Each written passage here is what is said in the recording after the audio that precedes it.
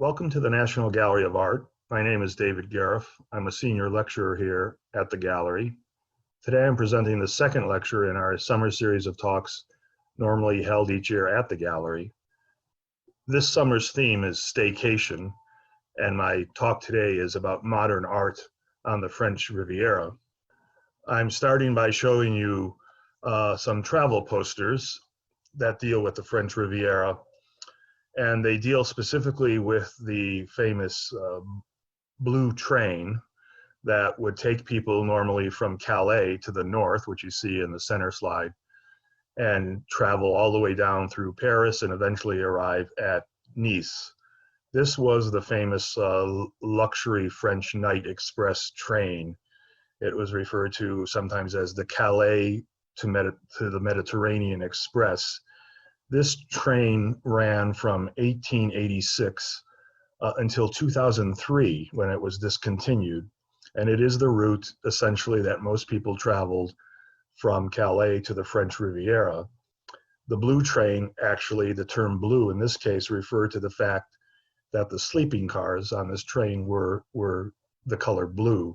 But of course, blue refers to the Riviera and to the Côte d'Azur, the azure or blue coast, which is where people were eventually headed. Now, to explain a little bit from the point of view of geography, where the French Riviera is, what it entails and what it basically doesn't entail, here are a couple of maps that show the Côte d'Azur, the French Riviera. It's the Mediterranean coastline of the southeast corner of France, and it in fact includes the sovereign state of Monaco, which you can see on that map at the upper left-hand corner. It usually encompasses the area from the Italian border, which is known as the Italian Riviera, all the way east to Saint-Tropez and Cassis and Toulon. Sometimes the term is used to refer to the coast east of Marseille, so you can think of it that way. What it doesn't really encompass, though, is an area that you're probably familiar with, which is the area of Aix-en-Provence, the area where, for example, Cézanne resided and painted. The French Riviera tends to stay to the east of that particular location, and so I will not be talking about painting as it pertains to Aix-en-Provence, but we're going to stay properly on the French Riviera, essentially Nice, Antibes, Cannes, Saint-Tropez, that particular part of the coast. Now, on the coast and the major city of the French Riviera, this is the city that one would fly into in terms of the airport, is the city of Nice. And these are two historic photographs on the left from 1880 and on the right from 1927 that pertain to particular promenades or quays. The one on the left is referred to as the Promenade du Midi, and the one on the right is the Quay of the United States. And these are extensions of the main promenade, the main coastal walkway that is most famous in Nice, and that I'll sort of spend more time on here in a second. This is, again, a historic photograph of what was the most famous hotel along the Côte d'Azur, along the famous promenade, and that's the Hotel Mediterranean that you see there. It's long gone. This hotel no longer exists, but it represented the height of old world elegance at the turn of the century. Matisse, Henri Matisse, lived, he occupied several rooms in this hotel between 1919 and 1921. He particularly liked it because it had incredibly high ceilings, tiled floors, very ornate windows, and above all, it had a luxurious view of the sea. This is a painting by an Italian painter that I think most of you have not heard of.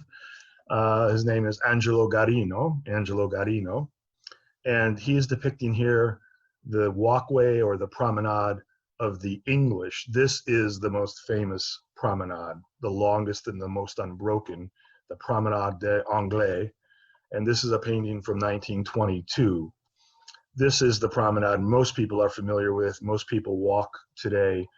It actually extends from the airport on the west to the quay that I just showed you, the Promenade of the United States, which is on the east. That extent runs for about 4.5 miles. We're going to be continuing to come to this promenade because it was a favorite subject of most of the painters who resided somewhere in and around Nice and the French Riviera. Now, there are a number of artists one could refer to in terms of who worked and lived on the French Riviera.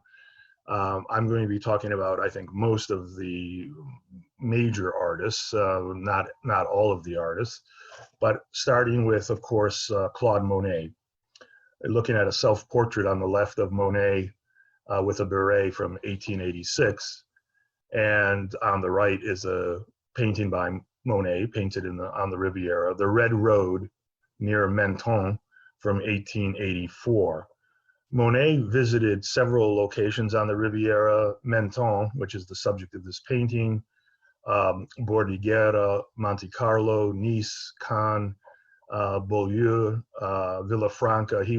He moved up and down the Riviera at will and painted a number of seascapes at the Cap Martin, this promontory, this large mountain outcrop that you see on the right. And that's what this is. This is near the city of Antibes, which is another famous location. Now, what attracted almost every artist who came to the French Riviera was the light. And as soon as these artists experienced the light, which was this bright, blue, clear, clean, brilliant light, they referred to it, remarked upon it, they encouraged their colleagues to come south to experience it. So that's going to be one of the hallmarks of French Riviera painting in the hands of these modern masters. This is Monet's painting on the left. Again, basically the same location, slightly different view. The Cap Martin, this outcrop again, near Menton from 1884 on the left. And then on the right is his painting Monte Carlo, seen from Roquebrune, another location, but it really shows you again that particular outcrop. This picture on the left belongs to a group of paintings that Monet executed in April of 1884.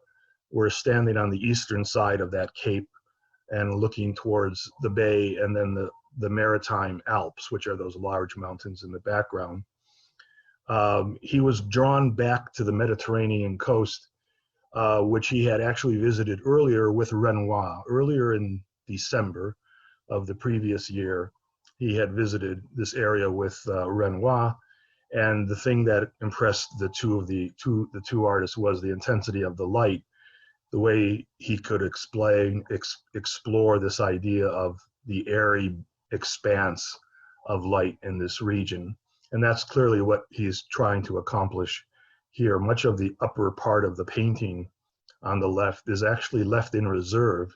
It's not even filled in necessarily with pigment, but it's the clouds and these few sketchy strokes that define the whole feeling of the picture in the mountain and sky.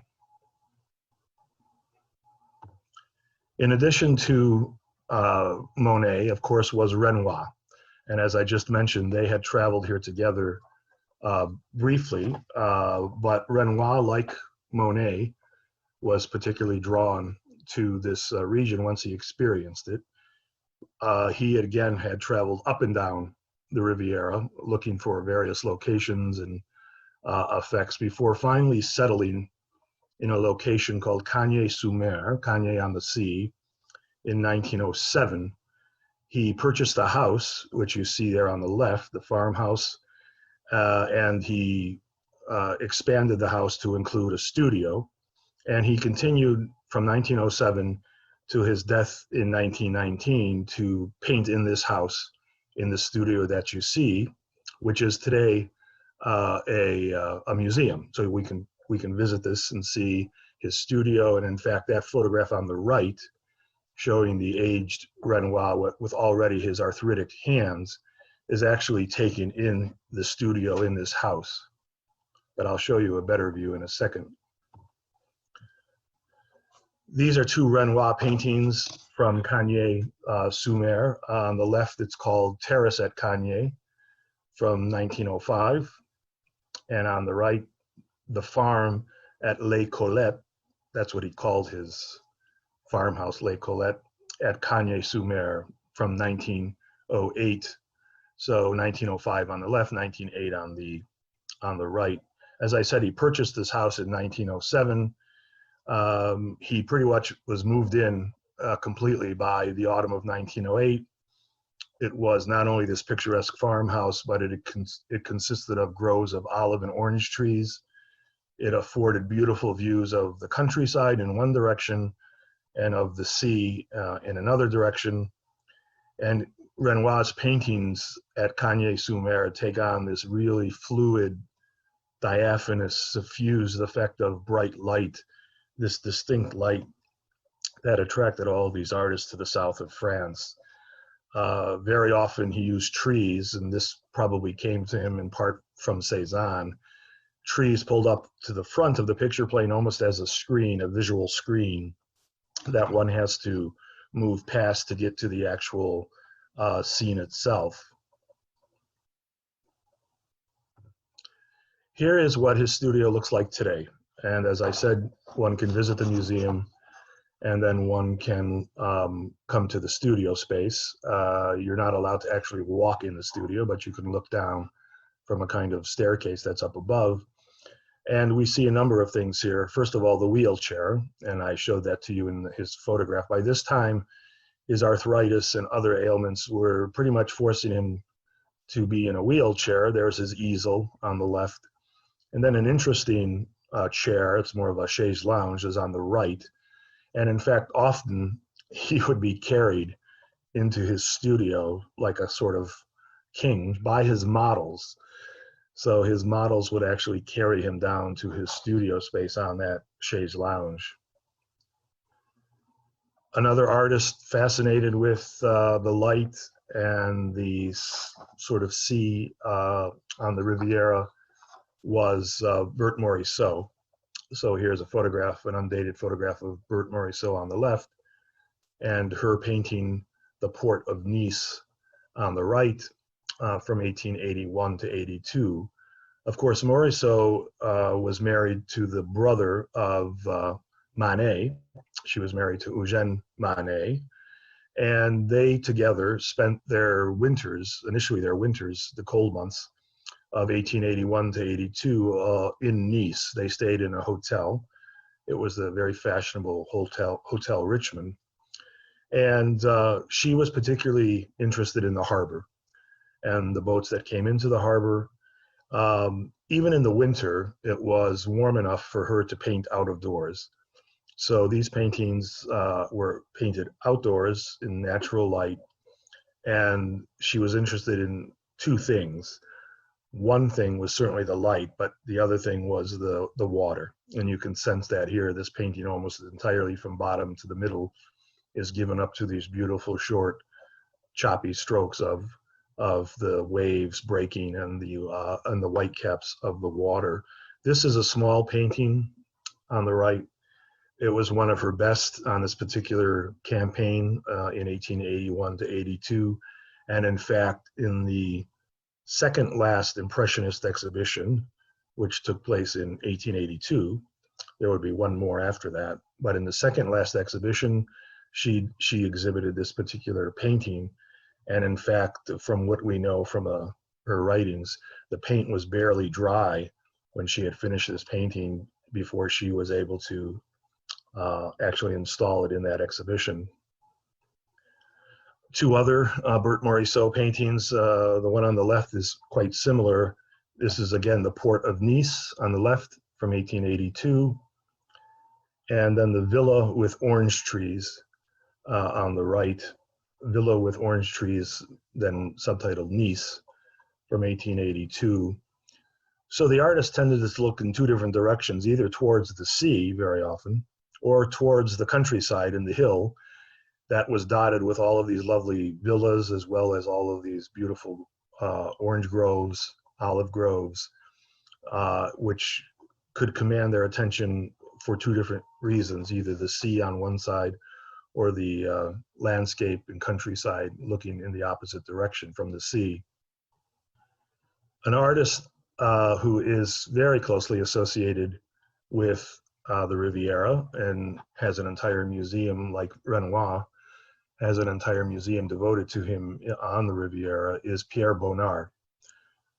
These are two photographs of Bonnard, and of course Bonnard was part of a important movement called the NABI, as they refer to, NABI, the NABI, group of young artists who were committed to creating works that had a sort of symbolism and spiritual nature, sometimes highly abstracted.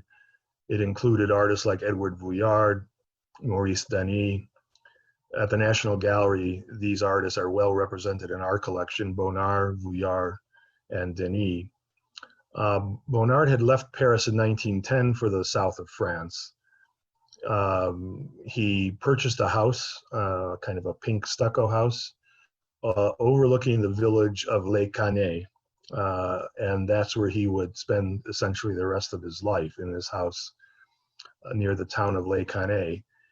He converted an upstairs bedroom in this house to his studio, and he, like Renoir, like Monet, like Morisot, became totally entranced with the color, the light, and often even the visionary aspects of the Riviera, how the light would create almost a kind of abstract jumble of colors and shapes, and really what he often referred to as sensations, as opposed to clearly defining objects that were in front of his eye. So he would spend the rest of his life, from the time he left Paris in 1910 to the time that he died in 1947, along the French Riviera near Cannes. Here are two Bonnard paintings from this period. View of the Old Port, that's on the left, from 1911. View of the Old Port, Saint-Tropez. So view of the Old Port, Saint-Tropez. And then on the right, Landscape in the South, then it's subtitled Les Canets. So both of these are from the Riviera, two favorite locations: Saint-Tropez on the left, looking through this window, and then Les Canets on the right, and that's a painting from 1943. Bonnard certainly had found inspiration in the paintings of Matisse and the Fauves, this brilliant use of vibrant color, abstraction, brush strokes that had a different kind of sense and touch of application, short choppy strokes, longer lozenge-shaped strokes. You sort of see that beautifully on the right, because the right is has this lush kind of green footpath in the foreground that defines this receding area. You see the orange roof of a house to the center left, and then you see what appear to be the small squares of other buildings, the facades of other little buildings in the middle ground.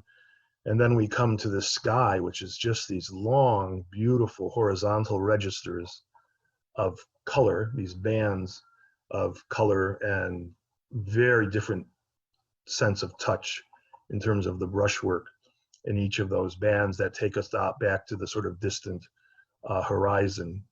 He is especially interested as an artist in pattern. And so you sense that kind of textured pattern, and especially in the painting on the right.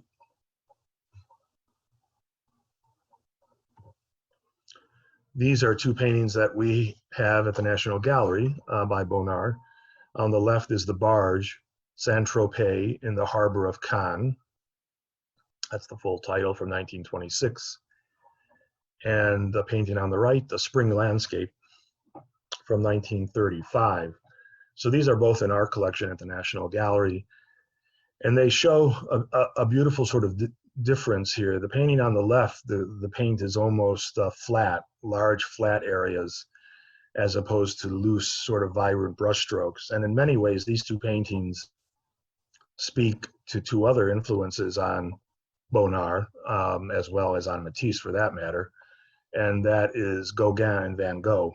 The painting at the left with these broader, flat areas of color, although there's some beautiful texture in the sky, seems to relate more to Gauguin, and then this beautiful, loose, vibrant, choppy, really sort of gorgeous foliage and vegetation in the painting at the right almost makes us think more of a painting by Van Gogh. Another artist associated with the Riviera is certainly Paul Signac. And these are two paintings by Paul Signac. The Gulf Juan, or John Gulf Juan, on the left from 1896, and the Port of Saint-Tropez on the right from 1901. Signac first visited Saint-Tropez in 1892, and then he bought a villa in Saint-Tropez in 1897. Now, of course, Signac is tied directly to Georges Seurat, the post-impressionist associated with divisionism, this pointillist technique, and certainly you can see the relationship here. Signac was the most devoted acolyte, you might say, of Seurat. He tried to stay true to Seurat's method, but that was a pretty rigorous, disciplined method, and eventually Signac begins to stray into, rather than into very specific points of color, points of paint, into larger shapes of paint, different structures that create a much more lively surface, certainly, and one that really does also begin to speak to a greater abstraction in the way that he treats foreground, middle ground, background. These beautiful rhythms, the painting on the right, the lower part where he's got us on the landscape, on the land, and the way the prows of those ships and boats move in and out, that's a beautiful, beautiful, just linear rhythm along the bottom of that painting.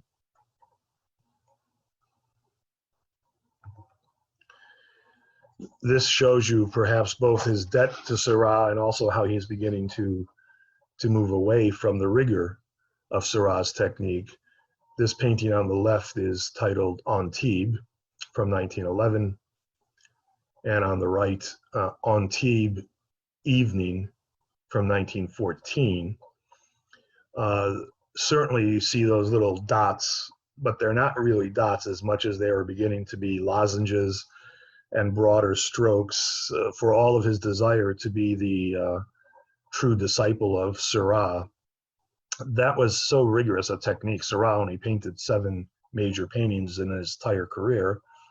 And so what you see with Signac is sort of a loosening up of the rigor of the divisionist technique that had been put forward by Seurat. Now, I mentioned that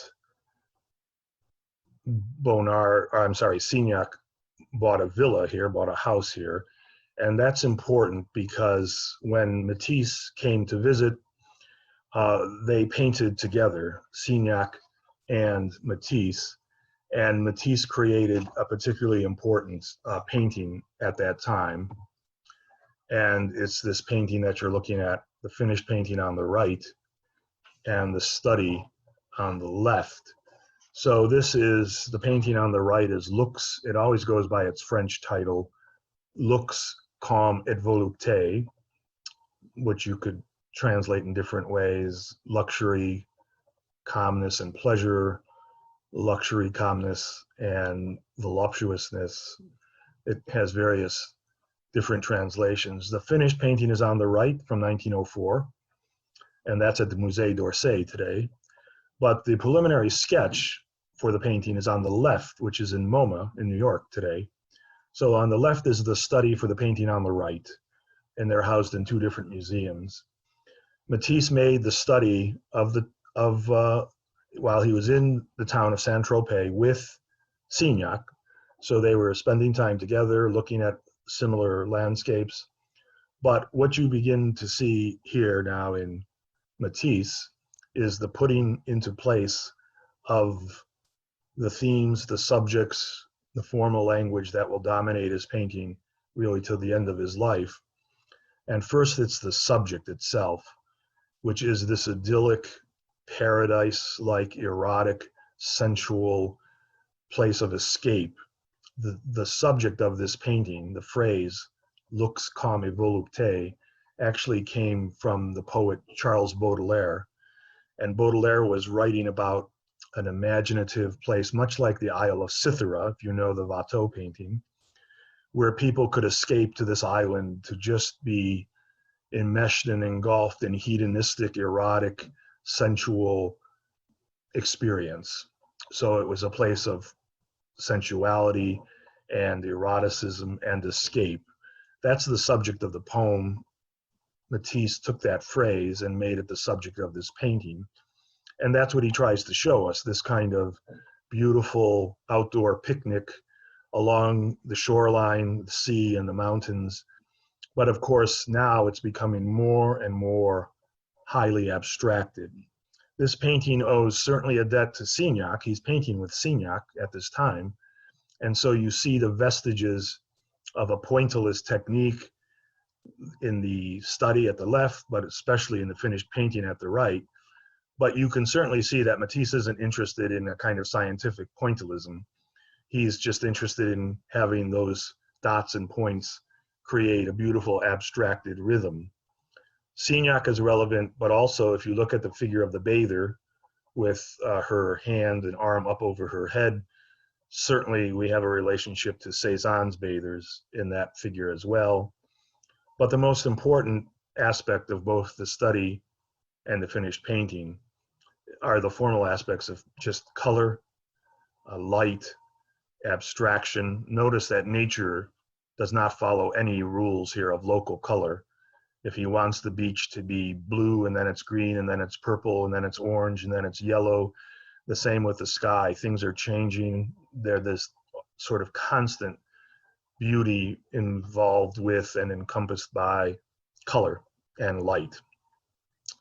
We could already read, although this painting is 4 years before Matisse will write his so-called Notes of a Painter. But remember, in the Notes of a Painter by Matisse, he mentions that what he is seeking in his art, and I'm quoting now, "What I dream of is an art of balance, of purity and serenity, devoid of troubling or depressing subject matter." Certainly, Matisse will not be a great painter of politics or of social injustice, poverty, the disenfranchised. He'll be different than Picasso in that particular way. And this painting is already showing you his love of this kind of hedonistic, beautiful, sensual, uplifting, positive kind of subject matter.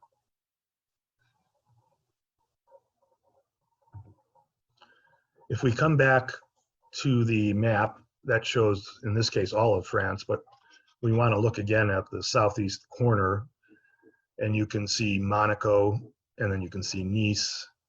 But then if you keep moving to your left, just about before we get to the Spanish border, there is the town of Collioure.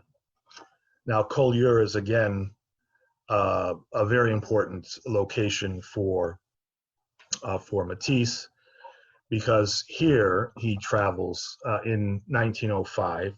He decides to summer in Collioure, which is a small fishing village in the south of France. But he's joined this time not by Paul Signac, but by André Derain, who is, of course, along with Matisse, one of the original so-called fauves. So in Collioure, he's working with Derain, and they're going out into the countryside, painting similar subjects and themes. And it's at this time, 1905, when Matisse produces another painting that becomes even more important in many ways than the Lux comme volupté that we just saw. And it's this finished painting on the right, which is called The Joy of Life, from 1905 to 1906. That's at the Barnes Foundation today in Philadelphia. And the painting on the left is the study for The Joy of Life. It's a preliminary study from 1905, and it's that landscape of Collioure. So it's a study, but it actually was the landscape of Collioure. So here we are. Matisse had been painting in Saint-Tropez with Signac, and now he's painting with Derain in Collioure. And as I said, it's a small fishing village. Derain was with him. Derain was 10 years Matisse's junior. And they really are putting into place much of the language that will become part of the movement of Fauvism. The painting on the right is one of Matisse's most radical paintings for this period of 1904-1905. It's related to the Lux comme volupté because essentially it's a similar theme of a hedonistic, pastoral, idyllic landscape with nudes, male and female, reclining, bathing, embracing, with dancers. If you look closely at the painting on the right to that central motif of the dancers, that is in fact the first incarnation of the famous dancer pictures that Matisse will execute later, around 1909 to 1910, where the dancers are in a circle holding hands. But what's most important, again, and it was evident in the Lux comme volupté, but it's more evident now here, is how Matisse is departing from nature. When we look at this painting, the colors, the shapes, are not explained by actually the elements of nature. So trees and sky can be green or blue or fuchsia. Forms are abstracted. In other words, he's beginning to assert the independence of the formal language, the formal tools of painting, color, shape, composition, spaces flattened.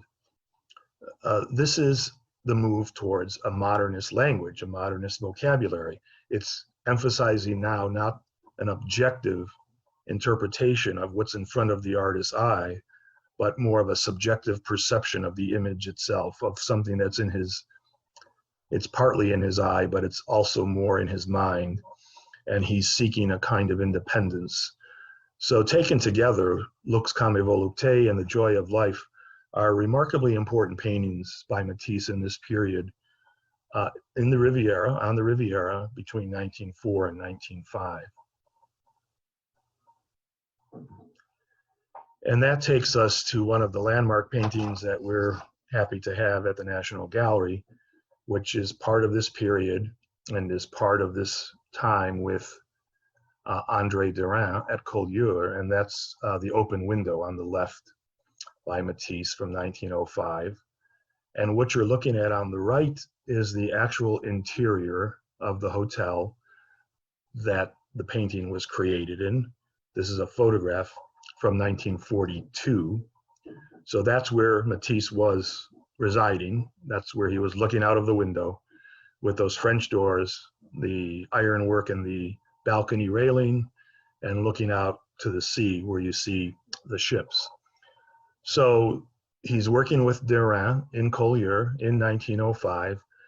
This is one of the most important Matisse paintings for the early part of his career. It's one of the most iconic paintings for the development of modernist painting in the 20th century. One can see where he had been heading looking back at the two previous works, the Lux comme volupté and also The Joy of Life, because now he is clearly abstracting and altering all aspects of the empirical object and vision that he's seeing. So we're in a room. You'll notice the two sides of the room are completely different. One side is painted in a green and the other in a kind of fuchsia. We're really dealing with a series of frames. The room itself, the French doors, the balcony, and then the window out to the sea. There's a flatness so that everything, while it has a framing device, it's also emphasizing flatness, surface texture. If you look closely at the flower pots, the flowers themselves, that's the last hint or vestige of the pointillist technique of Signac. So this painting has broad, flat areas of paint, but at the same time, he's bidding farewell to that sort of pointillist aspect of the paint application as well. It's a painting based almost entirely on the bright contrast of complementary colors. Look at the boats and you see the blue with the orange of the blue boat itself with the orange mast. If you look at the flowers, we have red and green. These are complementary colors that stress brightness. They reside at the opposite locations on the color wheel. You'll notice how the paint varies. The walls kind of flat and scrubbed in. Then you'll see this pointillist technique. But above the mass of the boats, you see these thick lozenges of paint for the sky and for the clouds. So again, it's a painting in which this different handling of the brush, the different tactile sense, constantly is calling attention to the fact that we're looking at a painting. It may be a view through an open window, but it's clearly a new direction in art. And this particular direction is, again, stressing essentially the autonomy of a painting. A painting may be based on nature, but that doesn't mean that it has to end up looking like nature or looking like the actual scene the artist was in front of. This is, as I said, a very important movement in the direction of modernist aesthetics. The other important element here for Matisse is this constant image, or this constant interest, I should say, that he has in the trope of an open window. He will come back to the open window over and over again. It really is a subject that never leaves him. Partly, it certainly is due to the idea, going back to the Renaissance, that a painting was supposed to be a window to the world, which meant it should stress naturalism, realism.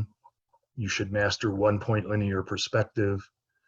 It should use local color. In other words, that when you looked at the painting, it was as if you were looking out a window. But by the 19th century, with the invention of photography and post-impressionist innovations by Cézanne and Seurat, Van Gogh, and Gauguin, that whole idea of the window as a window to the world was now being shattered. And so clearly Matisse, who was well aware of the history of art, is asserting a new function for the window and for the trope of a window, the open window, not just this idea of looking and replicating and mimicking nature, but as painting in and of itself. And so that's why this motif is a motif you will come back to over and over again. Now, we have the open window at the National Gallery, and it normally hangs close by to this painting on the right by André Derain, which was painted at the same time, in the same location, in Collioure, and this is The Mountains at Collioure by André Derain. So here we have the two great Fauve artists. These works will be included in that very controversial 1905 exhibition in the Salon d'Automne, the Autumn Salon, that will garner such criticism and will give birth to the name Fauve, wild beast. And look at the Derain, because we have a similar set of principles here. The growth of the trees, olive trees, etc., which almost look like an olive orchard by Van Gogh, have the short, choppy strokes. But by the time you get up into the sky, as you're moving to the mountains, those short, choppy strokes become bigger, longer lozenges of paint. And then by the time you get into the sky, there are big, flat areas of color. There's abstraction. There's a kind of telescoping, a foreground, middle ground, background. You certainly still have a foreground here, but middle ground, background are beginning to bleed together. That's true certainly in the Matisse as well at the left, where those potted plants are supposed to be on a ledge, and that's in front of the balcony that's behind them and then into the water, but it all seems to flatten across the picture plane. So both of these artists, Matisse and Derain, are certainly inspired by residing on the French Riviera, in this case, the town of Collioure. Now, the crowning achievement of Matisse on the Riviera, and in some ways his crowning achievement, if we take it as his attempt to create an entire artistic environment, is the chapel, the Matisse Chapel, that's located in Vence on the Riviera. Between 1948 and 1952, he was given a commission to create a chapel for the Dominican nuns who resided in Vence. So the formal title really of this chapel is not the Matisse Chapel, but it's the Chapel of the Holy Rosary of the Dominican nuns at Vence. It's a few miles west of Nice, up into the hills, as you see here. It's not far from where he had his studio in one of his homes. And this was the attempt and the opportunity for Matisse to do everything as an artist, to be the architect and to design the building, to create all of the interior design, which would encompass the furniture, the various pews and seats, all of the painting that would appear, all of the stained glass, all of the liturgical objects, chalices, candlesticks, all of the vestments, the chasubles that the priest would wear. What you're looking at on the left and on the right at the top of the building is the steeple. That's the bell tower, which is a very thin, beautifully abstracted linear rhythm that has the tiny bell at the bottom. So that was his interpretation of the age-old idea of a bell tower. He designed everything, the roof design. Here you see the chapel again. The entrance to the chapel is interesting because it's off center to the left. If you look at the slide on the left, the entrance is that opening all the way to the left of the building. So on one side of the chapel that fronts to the street, it's basically blank. To the other side of the chapel that faces the sea, it's this beautiful stained glass. And that relates to how the sun rises and sets to enter the space and to activate the stained glass. There's that steeple on the left, the bell tower, shall we say. Now, this whole commission relates to a number of different elements and personal relationships in Matisse's life. I'm showing you a photograph of Matisse on the left with a nun who was part of the order of the Dominican nuns at this chapel. The name that she took as a sister is the Sister Jacques Marie. That's actually not what her name was before she became a nun. Her actual given name was Monique Bourgeois. Monique Bourgeois. In 1941, Monique was a nursing student, and Matisse was suffering through some physical ailments.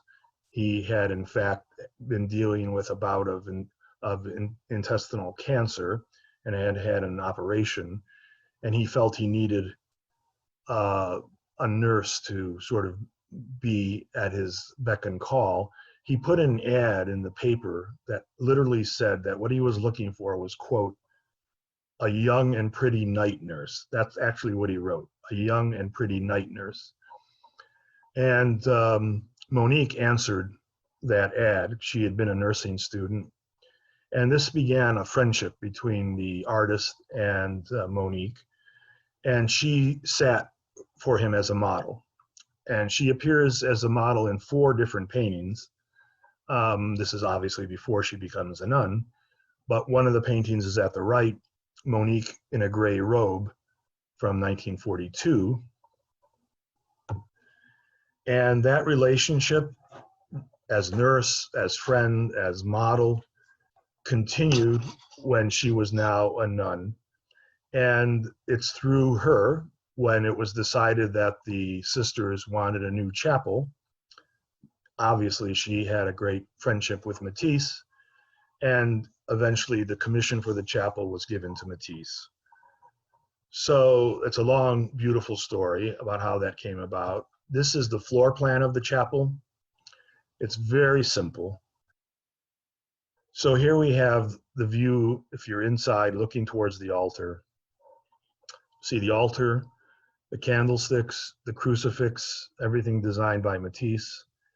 The stained glass window, which depicts the tree of life.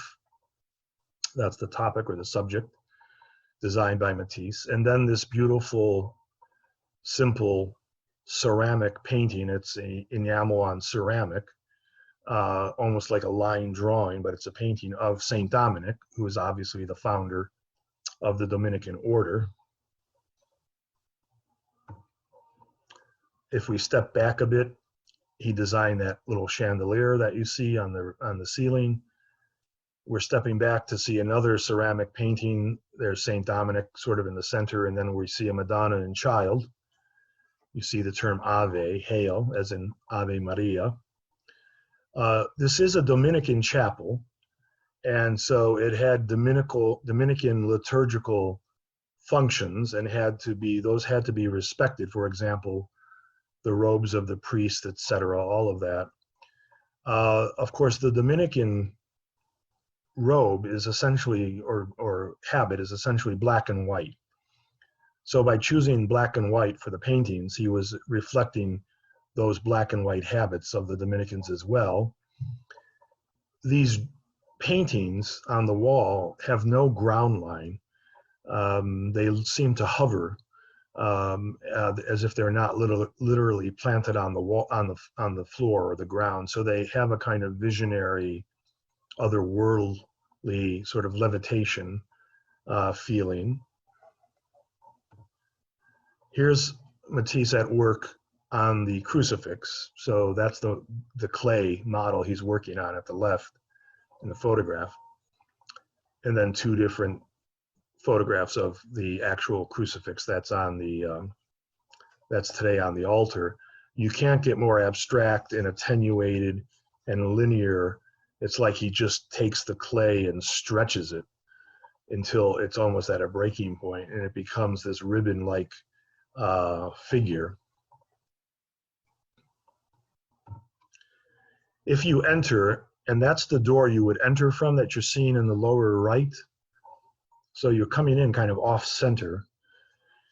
And if you enter that door, you look down to the altar as I just showed you. But if you were at the altar and turned around and looked at the wall, the back wall, then you see the Stations of the Cross, a traditional Catholic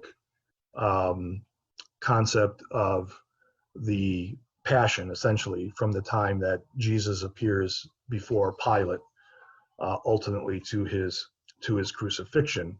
Now, these are devotion in a Catholic church. These are devotional objects or images that are normally placed along the church wall. Each one is a separate element, and one can pray and have devotional meditation in front of each station as you go from station to station. That's not what Matisse did here. What Matisse did here was to put all 14 stations on one wall as a comprehensive sort of collection. To help you figure out which one came first, he numbers them. So if you look at the lower left-hand corner, Christ before Pilate, that's number 1. And we go all the way up to number 14, Christ laid in the tomb, the entombment in the upper right. You can see the effect of the stained glass and the light that comes through at different times. The Stations of the Cross, and here is a closer view, are remarkable because of their economy, their simplicity. They are abstract. With 1 or 2 or 5 or 6 lines, he creates what that station is meant to represent. For example, number 3 at the bottom is when Christ falls the first time as he's been carrying the cross. And there are only like 6 or 7 lines there, and yet you completely understand the concept. So he numbers them. They're in the same kind of black enamel on ceramic that the other images are. There are 14, but it's one cohesive kind of grouping. But they're beautiful because they're both abstract, but they have tremendous clarity. you can look at each one and define exactly what it is that that station represents. Here's a different view where we have not the empty space, but chairs. Normally there are chairs, not pews. And what you're looking at in the upper left, sort of in the center left, is are the choir stalls for the nuns. So the nuns would be seated in the left there, the so-called nun stalls. They would both be seated there, and it would also be sort of the choir. And then the space itself, the windows, the light, the altar. At the right is a photograph of Matisse in the chapel in 1951, where he's still working out some ideas. This appeared in Life magazine, as you can see. So there's the door that would be the entrance. They haven't really laid the tile floor yet, which you can see on the right. It's a marble floor. So this is still a work at this point in progress. Now, when I mentioned he was responsible for everything, that includes the vestments for the priests. In the Catholic tradition, vestments change through the season, and they have to have certain colors at certain points in the season. So he could not deviate from color schemes. And in fact, he had a Dominican advisor relating to him certain aspects of what the vestments had to have, the chasubles for the priests, etc. So he had worked out all of the other elements of the design, the murals, the stained glass, basically the architecture, the objects, and now he was confronted with designing the vestments. Here they are in the museum. On the left, that's at the chapel, some of them. And on the right, you're looking at the paper maquette. There are paper maquettes that go along with each of the finished garments. Now, as I said, these garments were predetermined by liturgical conventions.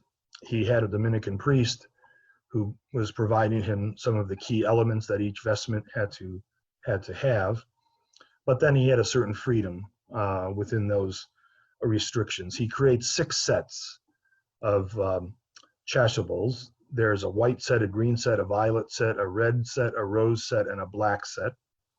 Here are all of the chasubles, front and back, so the front side and the back side. So you see the black, the rose, the red, the green, the violet, and the white reading from left to right. Okay, we've talked about a number of artists in the Riviera: Matisse, Derain, Signac, Monet, Renoir, Bert Morisot, all of whom worked along the Riviera. Well, of course, another name that dominates on the French Riviera was Pablo Picasso, and his work is everywhere to be found along the French Riviera. So here he is on the left, the very famous, these are both photographs by Robert Capa, the very famous photographer who worked for Magnum Photos. So on the left is Picasso with Francois Gillot at Golf Juan or Jean from August 1948. And on the right, it's the same photographer, Picasso and Francois Gillot and their son Claude. That's Claude, the little boy, from 1948. Picasso, like Matisse, kind of moved up and down the coast, living in different places at different times. The Gulf Juan, the Juan Gulf, is a seaside resort on the Côte d'Azur that he stayed at for a while. During the war, during the Second World War, Picasso stayed in Paris. So he was there during the Nazi occupation. But as soon as the war ended, he returned to the Riviera and he went to Antibes, where he settled for a while. He had a new love in his life, and that is Francois Gillot, that you see here. And they were together from roughly 1943 to 1953. Now, Antibes is one of the major cities along the Riviera. It's a city that goes all the way back to the Greeks. It's not so much a city, it's a town. Its Greek name was Antipolis, and from Antipolis we get Antibes. And today, in this huge structure at the left that you see on in the slide, is the Musée Picasso at Antibes. Now, this building was known as the Chateau Grimaldi originally. It was a castle, chateau, and it eventually came to be owned by the city of Antibes. They renamed it the Musée Grimaldi, so it became a museum, and it originally housed, it still does, a lot of archaeological artifacts from the region. So it had a long history in the town. It then became a museum. The city council had trouble filling all the rooms. It's a huge place. And they didn't have enough artifacts to actually fill up many of the spaces. So they invited Picasso to reside in the entire second floor of the Chateau Grimaldi. And he was given the entire second floor as his studio. And he used that studio space from September to November of the year 1946. He was very prolific in that period. He created some 23 paintings and 44 drawings in just 2 months. On the right, you're looking at that studio space. You can see Francois Gillot to the right, and Picasso there towards the back. And a very important painting that he painted here that is still there today is the painting on the easel. That's The Joy of Life, which we'll come back to in a second. This painting is not in the Chateau. This is in the Museum of Modern Art in New York, but it is one of the most famous paintings of Antibes by Picasso. This is Night Fishing at Antibes from 1939, today in the Museum of Modern Art. It's a magnificent picture. It has a number of interesting historical precedents about figures fishing at the sea, Raphael, Dutch 17th century paintings, all of that relates to the iconography here. This is 1939, just before the outbreak of the Second World War. He shows these two fishermen night fishing with spears at night. It's a nocturnal scene lit by lamplight. You have the breakwater on the right. So you have two ladies, two women, two girls, I guess we would say, on the right. It has a vivid range of color, very unusual for Picasso at this time, this incredible array of colors. It's a magnificent painting, a rich iconography, a lot of color and elements that are really quite new for Picasso at the time. And the painting was finished just before the Second World War broke out. So this painting is at MoMA, but this painting is at the Chateau, or I should say today at the Musée Picasso at Antibes. And this is probably the greatest painting he painted while he was in residence in 1946, those 2 months. This is The Joy of Life at the Picasso Museum in Antibes. Living on the Riviera in southern France, right on the Mediterranean, he really was absorbed into the mythology of the Mediterranean, Greek and Roman myths and travelers and stories.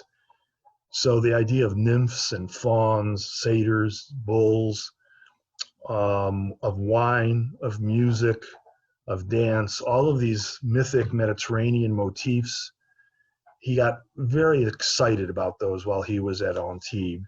And that's essentially what we have here. We have a woman dancing, this very elongated sort of woman in the center. We have these mythic creatures like horses on either side. They're playing musical instruments. These musical instruments, these long flutes that are double-barreled, like the one you see at the right, actually are references to a particular type of instrument played in this region. It's called a douale, a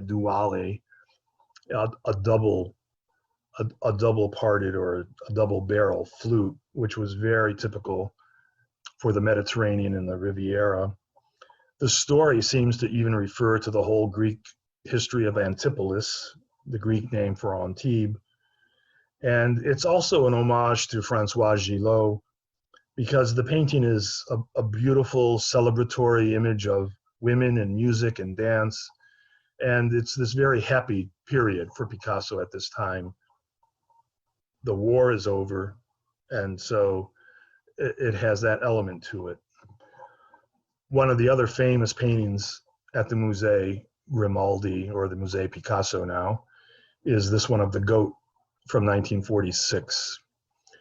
This is wonderful. Picasso scrounged a lot of materials when he was in the chateau, a lot of materials that workmen had left.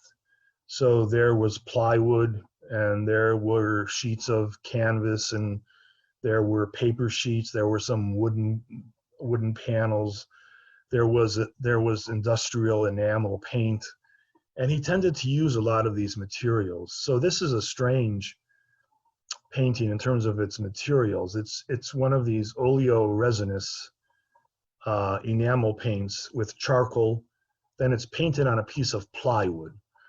So these are some of the scrounged materials.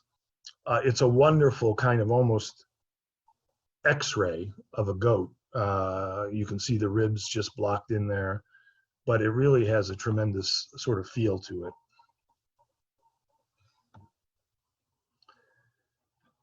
Now, another place near Antibes that Picasso frequented was the town of Vallauris. And there was a castle there.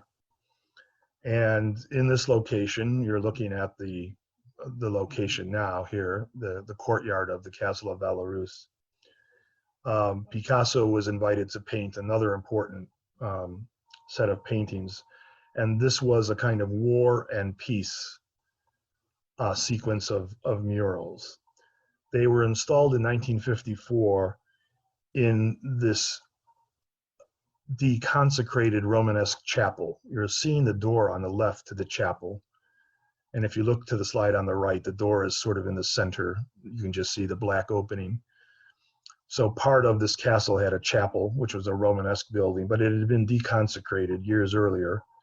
So he came here and decided to paint a series of panels. There were 18 of them. They go together. They were on plywood, and then they were fixed to the ceiling with large sort of screws. So it's a very unusual sort of material again. And the allegory for the panels was the allegory of war and peace. Now here is that Romanesque deconsecrated chapel that then was painted by Picasso with these war and peace murals. So this commission dates to 1952.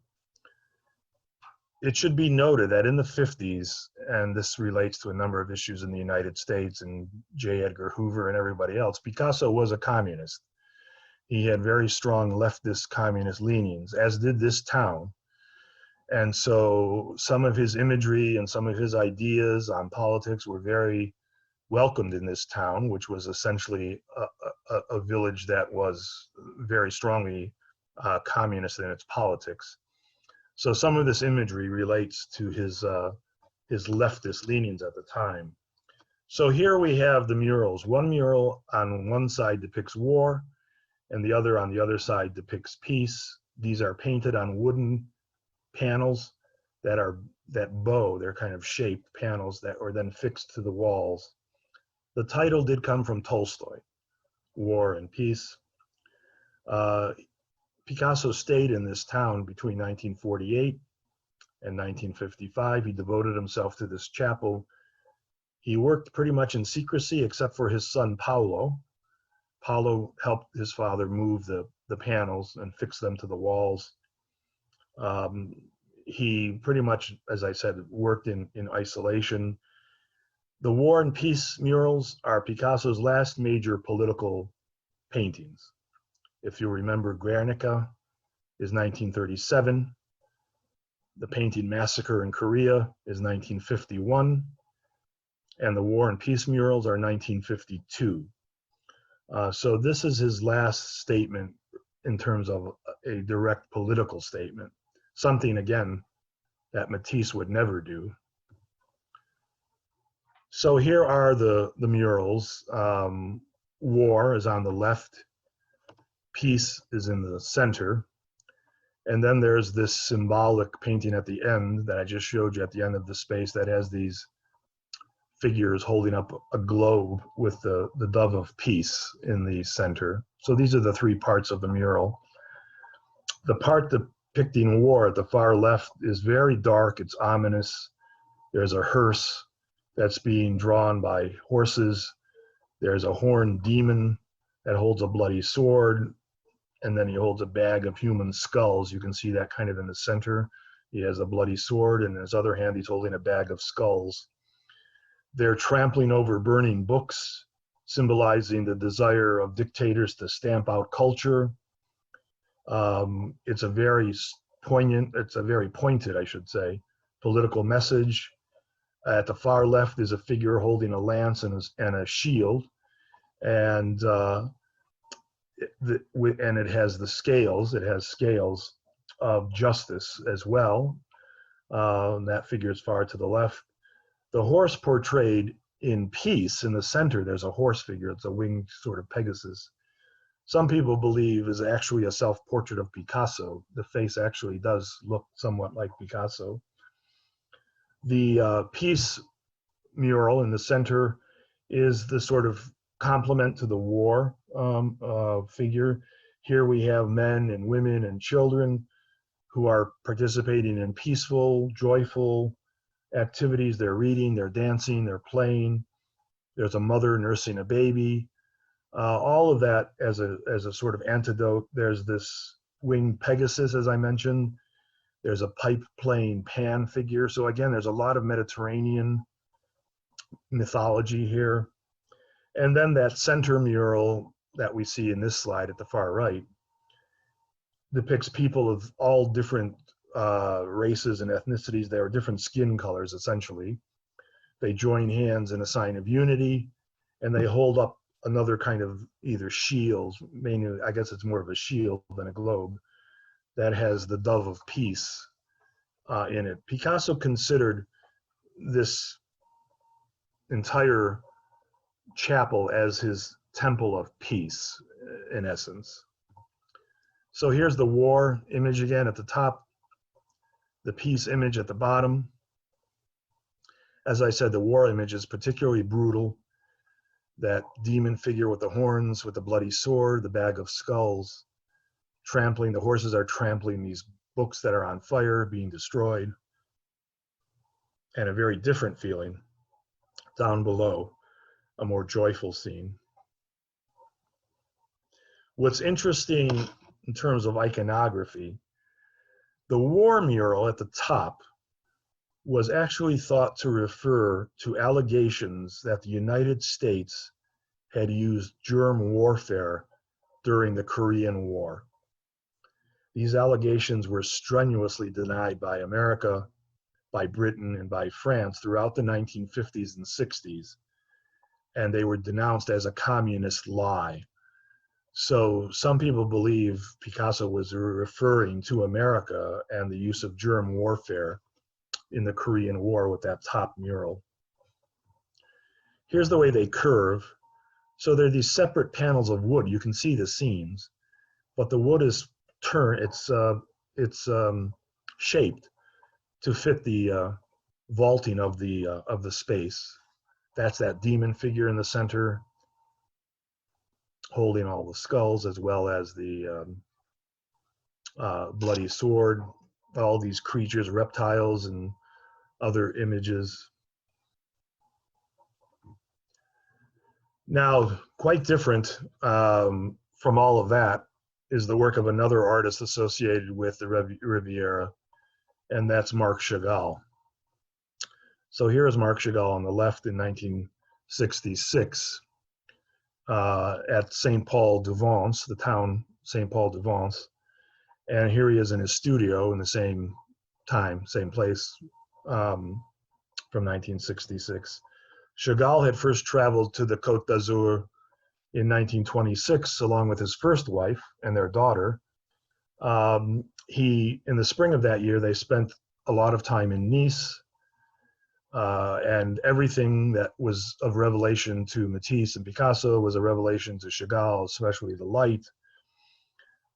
So he had this initial encounter with the Riviera that stayed with him. He spent the years of the Second World War in the United States. Chagall was in the United States during the Second World War. But after the war ended, he returned to France and he settled in Vence, the city where the Matisse Chapel is located. He was close friends with both Picasso and Matisse. They were there at the same time. They knew each other. They hung out. They clearly were neighbors. In 1966, Chagall bought a house with his second wife called La Colline, the hill, and that was in the town of Saint Paul de Vence, and he stayed there for the rest of his life. This is the cemetery at Saint Paul de Vence, and this is where Chagall is buried, and that's his grave on the right. He's buried there with his wife, his second wife, Vava, and with her brother, so that's Chagall's brother-in-law, Michel Brodsky. So this is where he remained the rest of his life. This is where he is buried. Much like Matisse and the others, what the Riviera brought out in Chagall were just paintings of basically of happiness and of joy and of love and of beautiful blue skies and water, birds and flowers. He was very happy here. And today there is a museum devoted to Chagall that's located in Nice, the Chagall Museum, which you see here on the left and then the inside on the right. And this museum was actually created when he was still alive. In other words, he had a direct role in laying out this museum to showcase his art. It was promoted by the Minister of Culture in France, André Malraux, and this museum opened in 1973. So it's a museum in which essentially the artist curated, you might say, the museum. It's today known as the National Museum Marc Chagall Biblical Message. That's the appropriate full title, National Museum Marc Chagall Biblical Message, because the paintings here that he wanted in this museum were paintings on biblical subjects. There are 17 paintings illustrating what he referred to as the biblical message. And he offered these to the French state as a gift in 1966. And then he offered another series of 5 paintings on biblical subjects. Once that gift was accepted, it was decided to build a museum to house the paintings. So that's what we have here inside the museum. So here on the left, what the two people are looking at is the painting titled Paradise, and on the right is the painting titled Expulsion. These are both from 1961. So the museum offers the visitor the room that these two people are in is the first room that contains 12 large-size paintings illustrating the first 2 books of the Old Testament, Genesis and Exodus. And then there's a smaller room that has 5 more paintings that deals with the Song of Songs. So those are the subjects here. This is a permanent collection, and it is now the biggest public collection of works by Marc Chagall in any one location.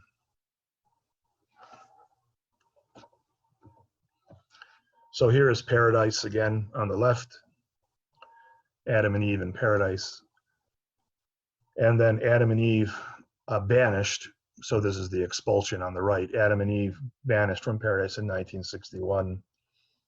There are a number of different subjects here from the first two books. These are 2 of the most famous, Paradise and the Expulsion, or the Banishment. Typical Chagall style, this wonderful, bright, vivid light, this very abstracted, linear drawing style, almost a feeling again of stained glass and mosaic, a very high-keyed palette, all of which was encouraged because of his time in the south of France. Another major museum devoted to a major artist on the Riviera is the Fernand Léger Museum. And this is the museum here. It's in the town of Biot, B-I-O-T. A few months before Léger's death in 1955, he bought a villa in Biot. It was a kind of a farmhouse near the town of Biot. He had moved to the Riviera even before he bought the house to work on ceramics, which is interesting because Picasso did a lot of ceramic work at Valerus, the place we were just talking about. Eventually, it was decided to devote an entire museum to Léger, and this was again supported by the Minister of Culture, André Malraux. He essentially established this museum dedicated to Léger. It was inaugurated in 1960. Chagall was present at the inauguration. So was Pablo Picasso, and so was Georges Braque. So they all attended the opening of this museum, and it was opened 5 years before Léger's death. Compared to the Chagall Museum, the Léger Museum is gigantic. It's much, much bigger than the Chagall Museum.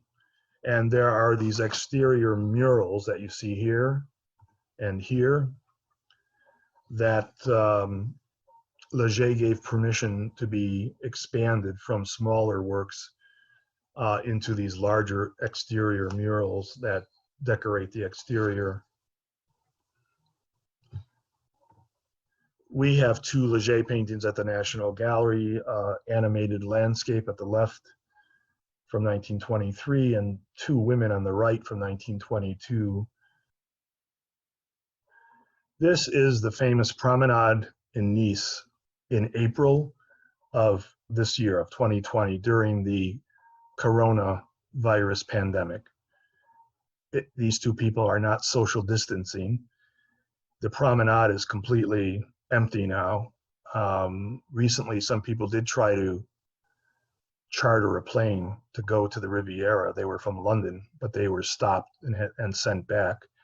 People are ready to get back to the Riviera, back to the Côte d'Azur, back to the promenade in Nice.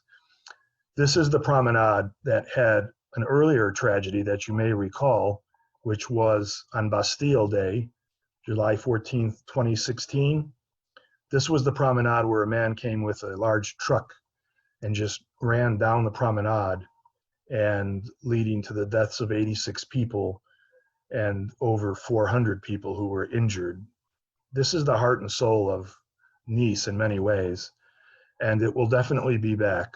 People are waiting and lined up and very anxious to return to normal along the French Riviera, and especially along the great promenade here at Nice. Thank you very much.